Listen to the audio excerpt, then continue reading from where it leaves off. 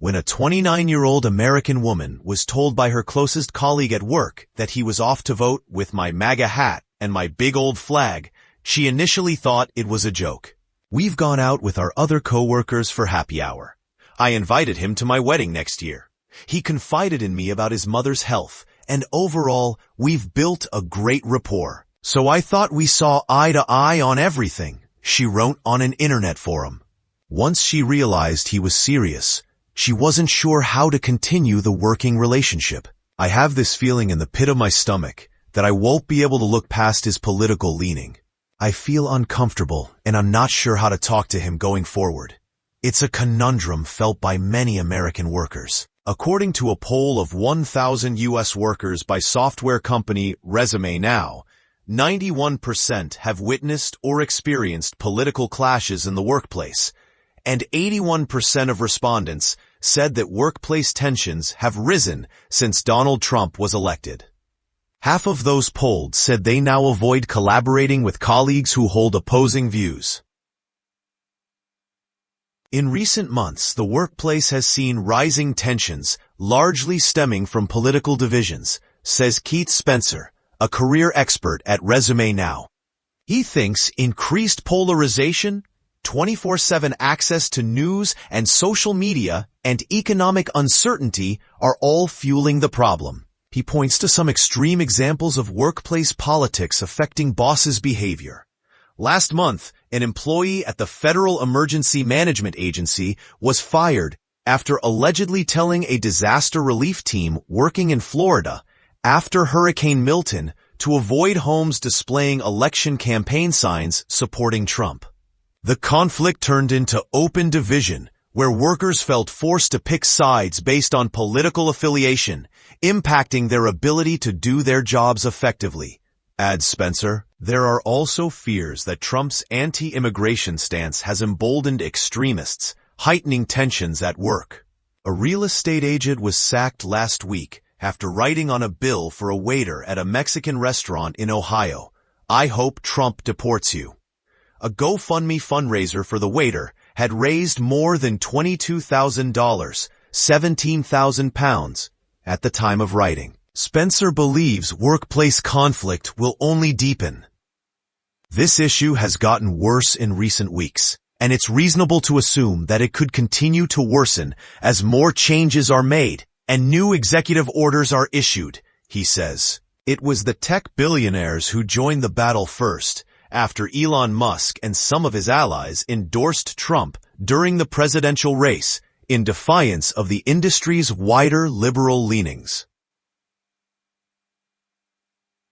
As Roger McNamee, a Silicon Valley venture capitalist, told the New York Times last summer, until a year or two ago, there was something like an omerta in Silicon Valley. People had fights all the time, and leaders would disagree, but you wouldn't disagree in public. Bickering in public has continued since, trickling through to the wider workforce. Tell him you vehemently disagree with his support for Trump. One person advises the 29-year-old who feels awkward that her colleague backs Trump.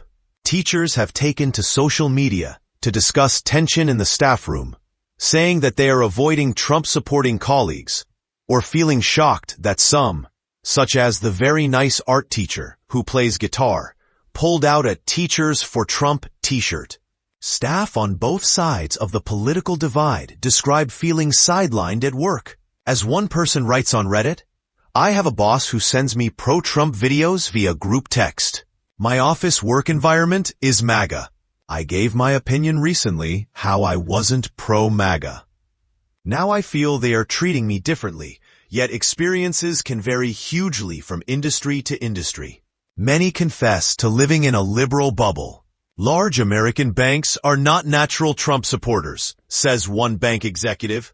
A science researcher and an artist agree. There is no political tension because they work in an echo chamber. Others say that in an environment of fear, things are kept deliberately apolitical. A government employee says everyone is just scared for their jobs, and so they keep the conversation civil. Attempts to censor conversation at work are not new. Politics has been an issue inside America's offices for years, although efforts from businesses to ban political chat has previously backfired. About a third of staff at American software company Basecamp resigned after it announced a ban on talking politics at work in 2021. Mirroring the reaction from some workers at cryptocurrency startup Coinbase when it unveiled a similar ban a year earlier. The war in Gaza also led to deepening tensions between employees, forcing Google to change its internal message board Memogen last year, after discussions grew so tense that people felt they were being bullied. In Silicon Valley, young adults facing rising anti-Semitism at work last year started meeting up with other professionals to discuss how to navigate hostile colleagues. American giants, such as Google, once urged staff to bring their whole selves to work. Now, bosses who fear they have a divided workforce are hoping that staff might keep a little more to themselves. Britain is determined to deepen its unique defense relationship with the U.S. in a world where threats are increasing, the defense secretary has said. John Healey insisted that the U.S. would continue to work with the U.K. on intelligence sharing in the face of the rising Russian aggression in Europe.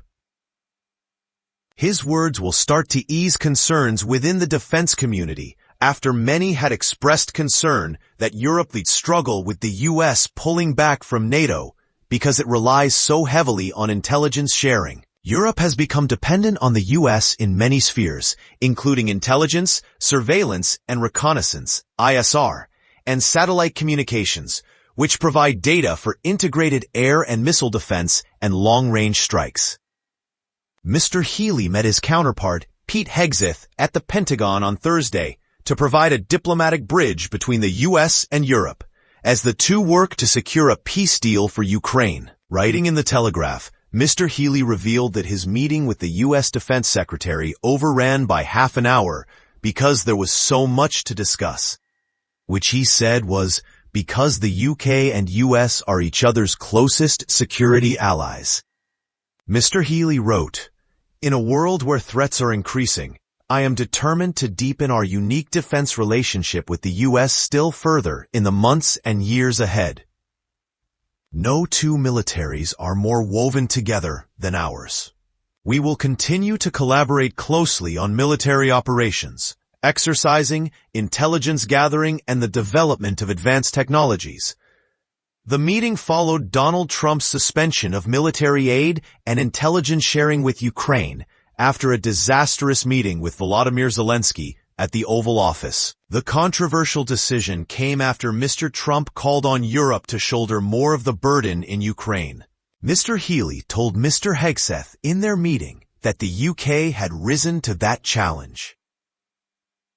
Mr. Healey said it was this week in 1946 that Sir Winston Churchill defined the meaning of special relationship between the UK and America, which he said existed principally in the bonds of military partnership. On March 5, 1946, Churchill gave a speech in Fulton, Missouri, at the invitation of Harry Truman, the U.S. president at the time. Churchill spoke of an Iron Curtain having descended across the European continent and the importance of a special relationship between the UK and the US in the face of Soviet expansionism. Reflecting on these words, Mr. Healey said it was the uniquely close bonds between the two countries' armed forces that make our nations safer and more secure.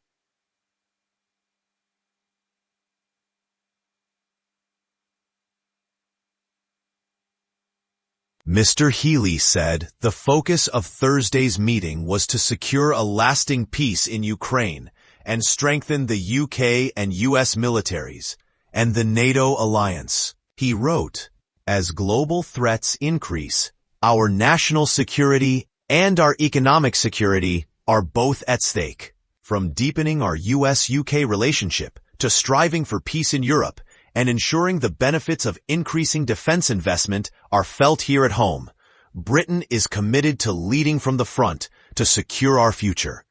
He added, "We're in full agreement that we must continue the push for peace in the days ahead. And that peace must last, allowing no return to Russian aggression,